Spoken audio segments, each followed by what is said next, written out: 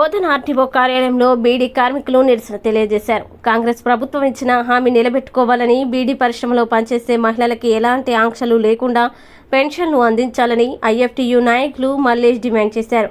స్థానిక ఆర్డీఓ కార్యాలయ అధికారికి వినతి పత్రాన్ని సమర్పించారు. బోధన్ డివిజన్ పరిధిలో అధిక శాతం మహిళలు బీడీలు చుడుతూ జీవనం కొనసాగిస్తున్నారు. ప్రభుత్వం ఆసరాగా కట్ ఆఫ్ డేట్ లేకుండా 4016 రూపాయలు పెన్షన్ ఇచ్చి వారి కుటుంబాల్ని ఆదుకోవాలని, లేదంటే అసెంబ్లీని ముట్టడిస్తామన్నారు.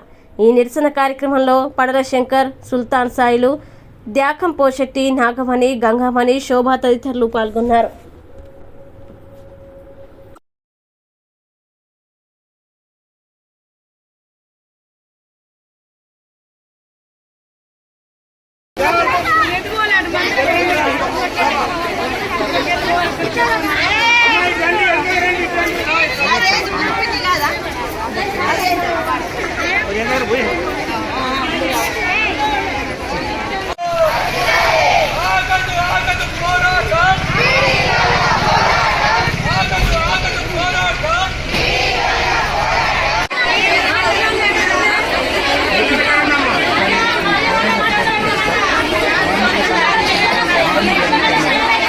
అది కూడా 100 రోజులలో ఇస్తున్నాడు.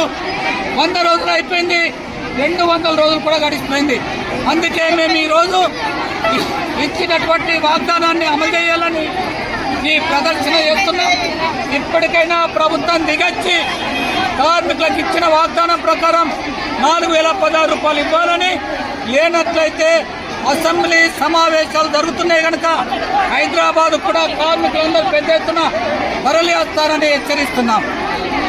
అందరికీ ఎలాంటి ఆంక్షలు లేకుండా మొన్నటి ఎన్నికల్లో ఇచ్చినటువంటి వాగ్దానం ప్రకారం 4016 రూపాయల జీవన భృతిని వెంటనే ఇవ్వాలని చెప్పి బీడీ పరిశ్రమపై ఆధారపడి జీవిస్తున్నటువంటి బీడీలు చుట్టేటటువంటి కార్మికులతో పాటు ప్యాకింగ్ చేసేటటువంటి వారు, నిరసరి ఉద్యోగులు, గంపావాలా, అదేవిధంగా చాటన్ వాలా, బట్టి వాలా, కమిషన్ ఏజెంట్లు, ఇట్లా అన్ని రంగాల కార్మికులకు జీవన భృతిని ఇవ్వాలని చెప్పి మేము ఈరోజు బోధన్ పట్టణంలో తెలంగాణ ప్రగతిశీల బీడీ వర్కర్స్ యూనియన్ ఐఎఫ్టీయూ ఆధ్వర్యంలో మహాలక్ష్మి మందిర్ నుండి వేలాది మందితోని ఈరోజు ప్రదర్శనగా వచ్చి